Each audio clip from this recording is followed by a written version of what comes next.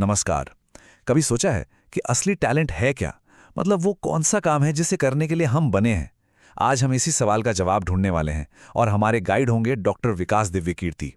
ये एक ऐसी खोज है जो शायद किसी भी व्यक्ति की जिंदगी को पूरी तरह से बदल सकती है। तो चलिए शुरू करते हैं ये मजेदार सफर। जरा सोचिए, एक सेफ, सिक्योर और इज्जतदार सरकारी नौकरी, और उसे छोड़कर एक ऐसी राह पे निकल पड़ना जिसका कोई ठिकाना नहीं। ये सिर्फ नौकरी छोड़ने का फैसला नहीं है, ये अपने अंदर की आवाज सुनने का फैसला है। और यही वो पावरफुल आइडिया है जिसे हम आज समझने वाले हैं। ये सवाल दिमाग में आता ही है। भाई, ऐसा क्या है जो किसी को इतनी हिम्मत देता है कि वो सुरक्षा, सम्मान सब कुछ छोड़कर एक अनजान रास्ते पर चल पड़े?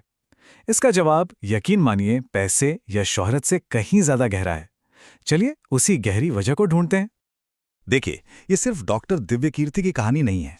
इतिहास ऐसे लोगों से भरा पड़ा है जिन्होंने समाज के बनाए रास्तों को छोड़कर अपनी एक अलग राह बनाई। हम कुछ ऐसे ही उदाहरण देखेंगे और समझेंगे कि इन सभी साहसी फैसलों के पीछे की असली वजह आखिर है क्या। इन दोनों कहानियों में एक बात कॉमन है। दोनों ने एक बने बनाए सुरक्षित रास्ते को छोड़ा और उस तरफ बढ़े जहां उनका असली टैलेंट और पैशन था। ये सिर्फ करियर बदलना नहीं है, ये अपने जीवन को एक बड़े मकसद से जोड़ने जैसा है। तो आखिर वो कौन सी ताकत है जो लोगों को इतने बड़े फैसले लेने पर मजबूर कर देती है? डॉक्टर दिव्यकीर्ति इसे एक बहुत ही खूबसूरत शब्द से समझाते हैं, स्वधर्म। ये एक बहुत ही पुराना भारतीय विचार है जिसमें असल में सफलता और सुकून का राज छिपा है। आइए इसे थोड़ा और करीब से समझते हैं।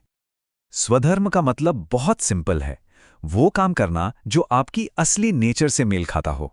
गीता से लेकर बुद्ध तक सबने यही कहा है कि हर कोई हर काम के लिए नहीं बना। अपनी खासियत को पहचानना और उसी रास्ते पर चलना ही असली कामयाबी है। तो सवाल ये है कि कोई अपना स्वधर्म पहचाने कैसे? इसके लिए खुद से बस दो सवाल पूछने हैं। पहला, मैं क्या अच्छा कर सकता हूं, मेरी कैपेबिलिटी क्या है? और दूसरा, मुझे क्या करने में सबसे ज्यादा मजा आता है? जैसा कि डॉक्टर दिव्यकीर्ति बताते हैं, सिर्फ चाहने से कुछ नहीं होता अगर काबिलियत ना हो। जैसे उन्हें गाने का बड़ा शौक था पर आवाज उतनी अच्छी नहीं थी। तो बस जहां आपकी काबिलियत और आपकी खुशी, ये दोनों चीजें एक साथ मिल जाती हैं, समझ लीजिए वही जादुई जगह आपका स्वधर्म है। ये वो रास्ता है जहां काम काम नहीं लगता, बल्कि एक खेल बन जाता है, जहां कोई बिना थके पूरी एनर्जी के साथ आगे बढ़ता रहता है। लेकिन अगर ये इतना ही आसान है, तो फिर ज्यादातर लोग अपने असली टैलेंट को नजरअंदाज क्यों कर देते हैं? इसका जवाब एक सुनहरे पिंजरे में छिपा है, जिसे हम सब जॉब सिक्योरिटी के नाम से जानते हैं। एक सेफ जॉब आपको सब कुछ देती है, अच्छी सैलरी, समाज में इज्जत, पावर और भविष्य की चिंता से आज़ादी। अब इन चीज़ों को छोड़ना आसान तो नहीं होता, भले ही दिल किसी और काम के लिए क्यों ना धड़कता हो। ये एक आरामदायक जाल जैसा है जिससे बाहर निकलने की हिम्मत बहुत कम लोग ही कर पाते हैं। अगर ये जानना है कि इस जॉब सिक्योरिटी की असली कीमत क्या है, तो डॉक्टर दिव्यकीर्ति एक छोटा सा प्रयोग करने को कहते हैं। आज घर जाकर अपने मम्मी पापा से अकेले में पूछिए, क्या आप अपनी नौकरी से सच में खुश हैं? और जो जवाब मिलेगा वो शायद आपको अंदर तक हिला देगा।